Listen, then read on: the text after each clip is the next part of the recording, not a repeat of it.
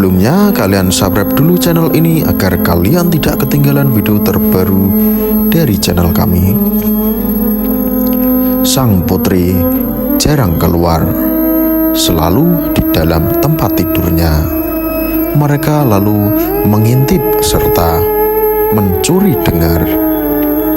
Betapa terkejutnya setelah mereka melihat Sekar Kedanton sedang bermesraan dengan Raden Pabelan di tempat tidur.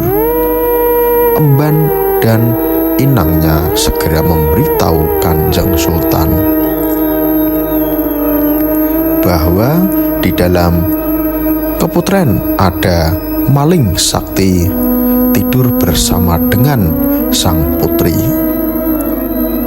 Kanjeng Sultan malah mendengar semua itu. Sangat murka, segera memanggil pimpinan Tamtama yang bernama Wirakerti dan Suratanu beserta jajarannya sejumlah 20 orang. Setelah sampai di hadapan Kanjeng Sultan, mendapat perintah untuk membunuh pencuri yang ada di dalam keputren. Tamtama sebanyak 22 orang segera masuk ke keputren, tetapi semuanya berhenti di halaman. Hanya Ngabehi Wirakerti sendiri yang masuk ke tempat tinggal sang putri. Dijumpai Raden Pabelan berpelukan dengan sang putri, bertekad untuk mati bersama. Ngabehi Wirakerti berbicara dari jauh, sebab takut dekat dengan sang ratu. "Hei Raden Pabelan, datanglah kemari. Percayalah padaku, ayahmu Tumenggung Mayang sudah terbuka dengan saya tentang perbuatanmu. Saya diminta untuk menyelamatkan dirimu. Untuk itu sekarang akulah yang menanggung mati hidupmu. Karena Sultan Pajang sudah menaruh kepercayaan besar kepadaku bahwa masalah di dalam Kedanton kamu tahu sendiri. Saya akan mohon kepada Sultan agar kamu dinikahkan secara resmi dengan Kanjeng Ratu Putri. Ayo saya ajak menghadap sowan kepada Kanjeng Sultan. Mungkin sudah kehendak Allah Raden Pabelan percaya dengan kata-kata Ki Wirakerti hingga mau melepas pelukannya dengan Kanjeng Ratu." Ia lalu mengikuti Ki Wirakerti. Setelah sampai di pelataran, para tamtama segera menikahkannya beramai-ramai.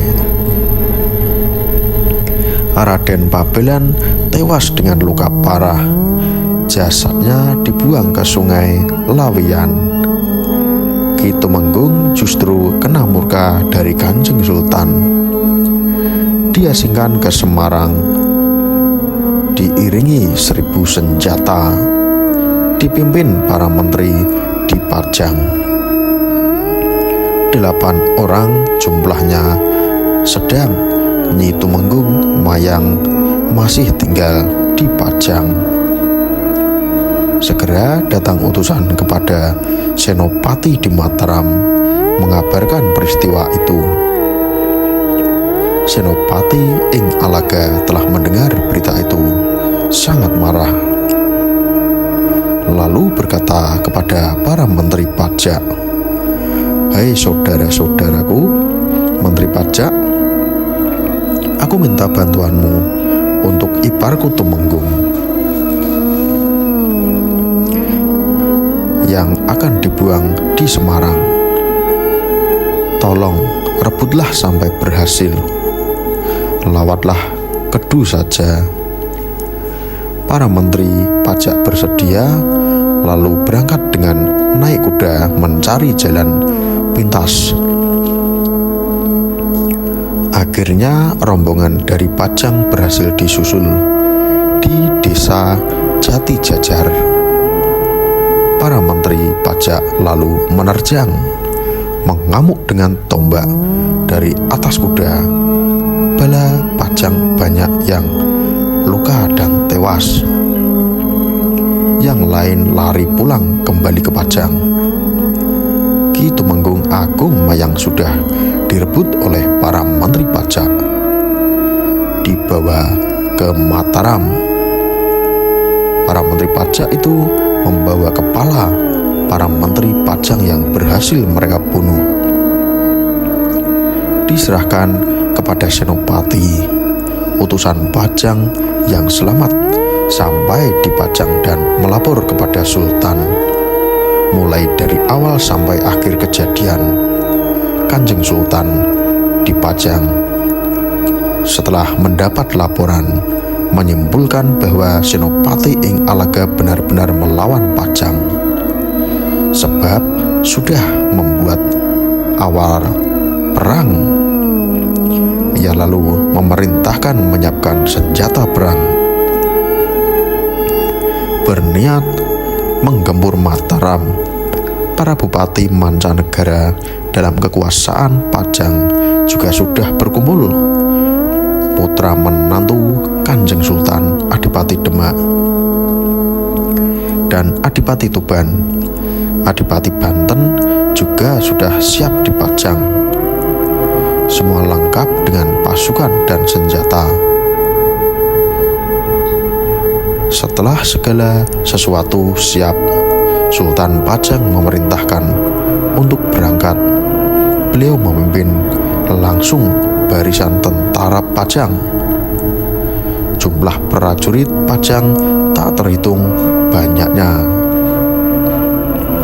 Sultan Pajang naik gajah, perjalanan sudah sampai di Prambanan, lalu berhenti di Pesanggerahan. Bala tentaranya memenuhi segala tempat